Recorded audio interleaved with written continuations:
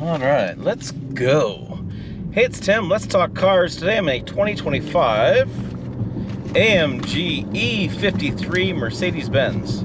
Or wait, more accurately, a 2025 Mercedes-Benz AMG E53. It has the plug-in hybrid variant on this. In this video, we'll do a walk around and exterior, interior, and I'll talk about the plug-in hybrid nature of it.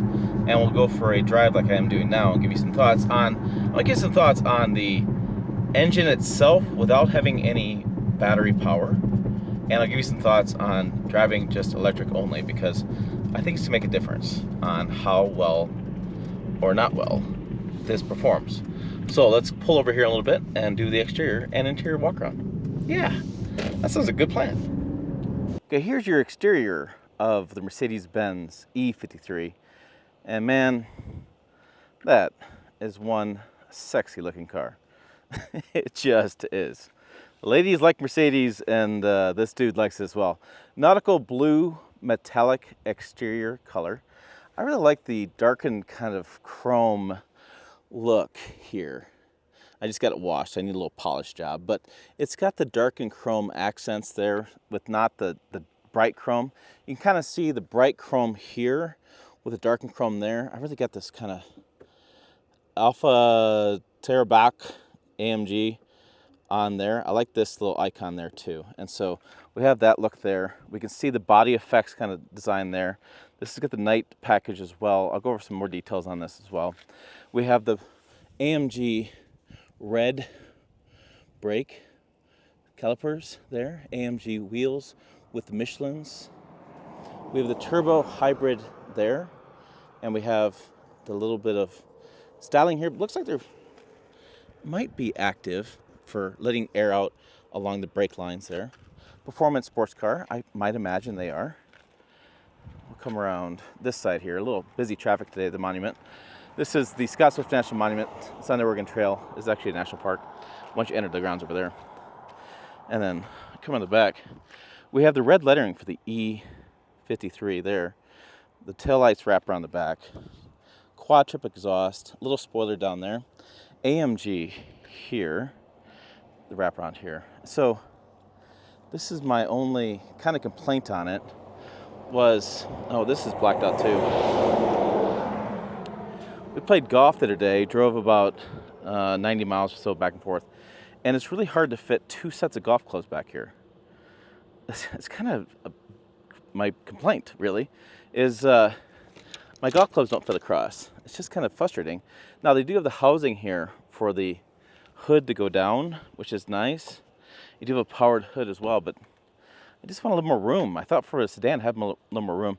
My imagination is there's a battery under the seat, and they have maybe a spare tire. I don't know if there's a spare tire in this vehicle. I have to dig into it, but they just don't have much. It doesn't go down because it's a hybrid, so you lose some of that storage space, so you can't fit that much more cargo back here. Really kind of a frustration. Really had to squeeze two bags, take the driver out of the other bag and put it on top of the bag, and just not really great as far as that goes. And then another frustration I have is it keeps locking doors and just kind of being a butthead. It's like a teenager car, and it kind of was frustrating for a lot of some situations. But the door locks open up and push the button, have Mercedes there, and then we'll get in the front real fast for that sun. The sun stays down in the clouds a little more. We have this dual tone leather with this nice material here, the Burmeister there, nice leather stitching here. And then on the steering wheel, it's part of an AMG package. It's a dynamic package. We have a little bit of a material here. I believe I pulled it up. Let me see. There's all sorts of details on this, as you can imagine. How light it is. All right. Available separately. Oh, Napa leather, micro-cut, microfiber with steering wheel, quicker response. So this is a microfiber here. We'll turn it on so I don't myself. So there's our, whoa. Yeah, so the sound comes immediately, which sucks for filming, because I can't do that because of copyright issues. And then immediately pops up with the vents. Turn that down a little bit. Come on. And then it kept turning off on me. I was trying to, cool it off. It was 98 8 degrees the other day, and it would turn off after a few minutes. And I'm like, keep turning off. And then I was like, cause you turn on the cooled seats, just little things that were really kind of frustrating. Cooled seats work out great. Heated seats work great. Massage worked out great, but just kept doing small details I just didn't love. I was like, stop it. Stop being a little pain. So I want to flip around to get out of the sun here for a minute. I'll show you this interior a little bit. So we'll just do a quick little whoop-de-doo. Okay. So there. Okay. No harm, no foul.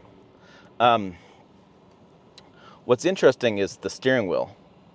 I have like 2 sets of bars here, little gap here, and then I have the controls for the up-down shifting paddle shifters. I have the shifter behind, and then I have the controls for the windshield wipers back here, and lights, lights as well. So I have a lot going on here, Spock. This is like Star Trek looking stuff.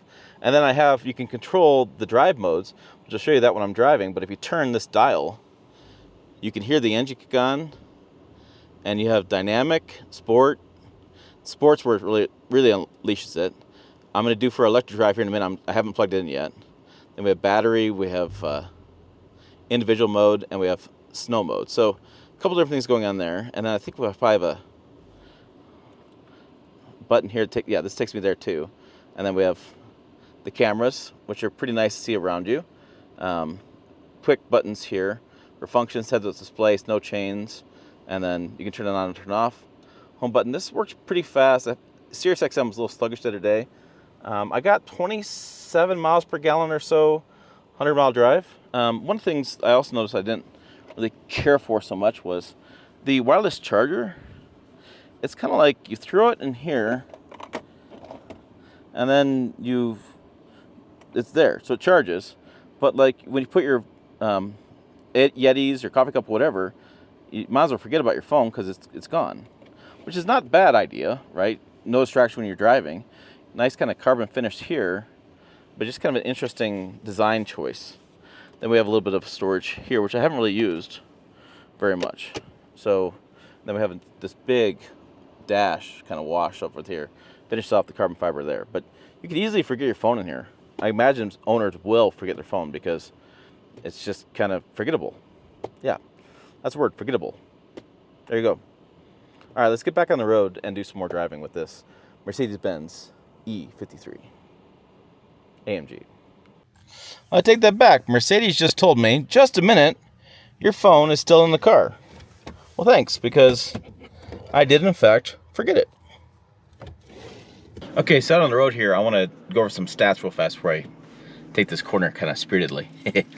This is a 3-liter inline-6 turbocharged. It is the plug-in hybrid engine. So it's inline-6, turbocharged, and then you have the battery that is with this, which I believe my notes are in kilowatts, so it is in kilometers as well. So a 9.5 kilometer, how big the battery is.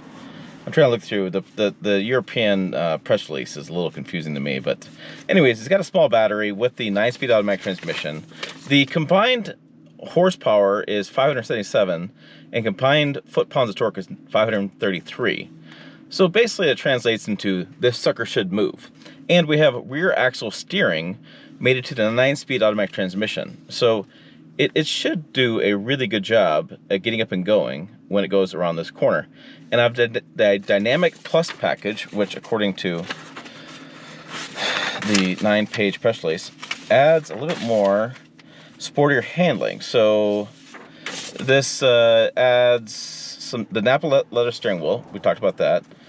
The composite brakes, the electronically controlled rear locking differential, better traction out of the corners, greater driving stability, and dynamic engine mounts, so it holds the engine down better, and race start function, optimal sprint from a standstill. Well, I really don't want to do that around here. That's kind of track stuff. So you can do that additional stuff on a track. Okay, so there. That's details on that. So we're gonna go around this corner in a spirited manner with the AMG from a dead stop, and I'm gonna turn my dial to sport mode. Oh, and the engine just kicked on. Let's go. Oh yeah. Now that sounds better. Now that's punchy. All right, that's 55. So now I'm doing 55. I'm doing 60 in this corner. I have rear axle steering, so I'm holding the line, and I'm actually stuttering a little too fast. So this is what you want from the AMG and the sport package. Yes, yes, yes. This is the $113,000 advantage. Okay, you get that sun on the lens here in a minute. Okay, now I'm doing an excessive speed. So if I turn this back to comfort, I'm basically gonna neuter it. Yeah. Oh, it detected my bag as a child seat. I had to turn that off. So let me see if I can't get that. I don't know if I can get the lens. Yeah. So sorry about the sun glare. We'll do the best I can to get that out of the issue there for you guys. But so big difference between comfort and sport. I did a road trip the other day, and I did the entire road trip in comfort. And I gotta say, it was flat out boring. If I were to say that from a driving standpoint, it was pretty boring from a comfort standpoint. It was a good road trip, but it wasn't worth the money. Sport is really where you want to get engaged with the AMG.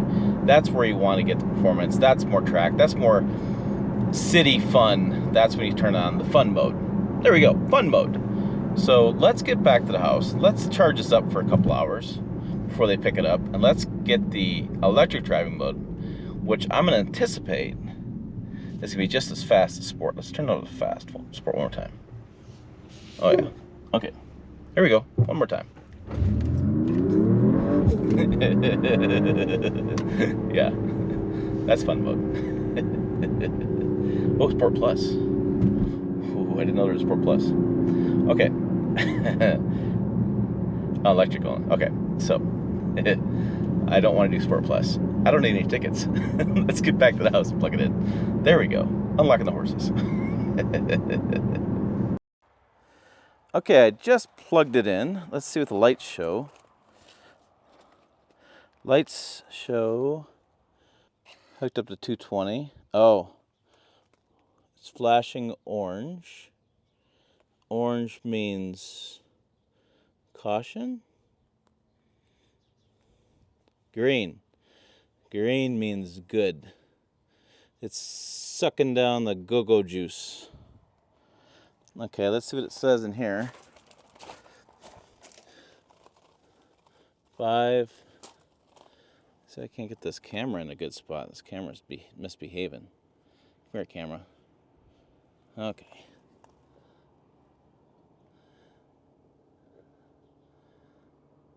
All right, so looks like 6.97. Estimated end charging is 12:27. They're going to pick this up around noon, so I can't wait that long. But we'll give it to about 50% or so, and we'll go for a drive. So I'll give it we'll give it an hour. So it is currently 9:30, 9:34. Okay, so we'll give it about an hour. Say 10:30. So long I get. I have 220 outside my house. That's your 220 kind of hook up there. And we'll let that charge for an hour. See how much range we get in an hour. And we'll go for a quick drive and see how the electric performs. I imagine it's going to be pretty fast. And wrap up this review. Okay, after about an hour or so, it is now 10:54.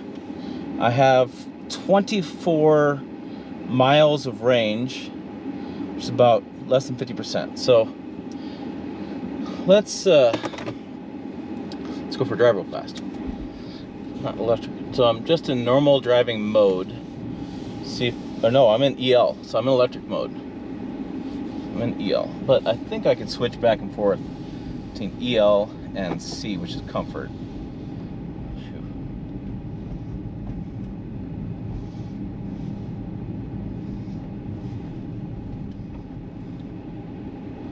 So let me do the video here. Let me switch to battery. So I'm on battery hold. No. I'm in electric mode. Okay. So electric mode. So no battery. Or no gas engine. I'm confused the hell out of myself. Now I've used 2 miles of range, and I've driven half mile. Okay, now these plug-in hybrids. So this is my issue with plug-in hybrids. You typically pay more money, and then you can drive electric only as long as you make sure you plug it in and you make sure it's, you know, charged overnight at home. Because if you do public charging, it's useless because you pay a lot more money to charge it than you do for the gas money. And it's quick, it's quiet, but you still hear road noise. So I don't know. I don't know that plug-in hybrid is really the future, personally. I know why people use it, and I get it. Sometimes they do it in California because you get the HOV lane benefits of doing a plug-in hybrid out there. But I would definitely look into, like, pencil and paper, math it out. How much gas are you actually saving? Do you like to drive electric? Is that just something you like to do? Does it make sense for what your driving needs are? Is it just the cool factor of it? And what's the price difference between this and a regular Mercedes-Benz, you know, sedan versus the plug-in hybrid version of it? That's what I'd be looking into, because I don't know that personally I would do a lot with this as far as my personal driving habits and my needs. I think when I've done the math on that different vehicles before, you're saving like $1 or $2. It's not the big a deal, really. It's not a big a deal. I don't know why my camera's shaking. Okay, so what do we have? So overall, we have a pretty luxurious Mercedes-Benz. I can't say it's the most comfortable vehicle I've ever driven. It is fairly smooth, good road tripping vehicle. Much better in sport and sport plus mode than it is in comfort mode as far as excitement. I wish I had more cargo area, but I imagine that, again, I'll do some research on that, but I'm pretty sure it's because of the battery placement. You do lose some cargo room. I have a pretty high price point, $113,000. I would like to see this in a non-plug-in hybrid. I imagine the price point comes down. Might make more sense for most people. Very stylish, sexy damn car. And yeah, technology-wise, pretty nice. I'd love to see some self-driving in this versus like what the competition is doing. That seems like technology for this type of vehicle would be nice, especially road tripping. And you know, overall, it's nice. It's a nice Mercedes-Benz sedan. But I'm not sold on a plug-in hybrid version. I'm at 21 miles. Yeah, let's get my thoughts on this Mercedes-Benz E53. For more on me talking about cars, there you go.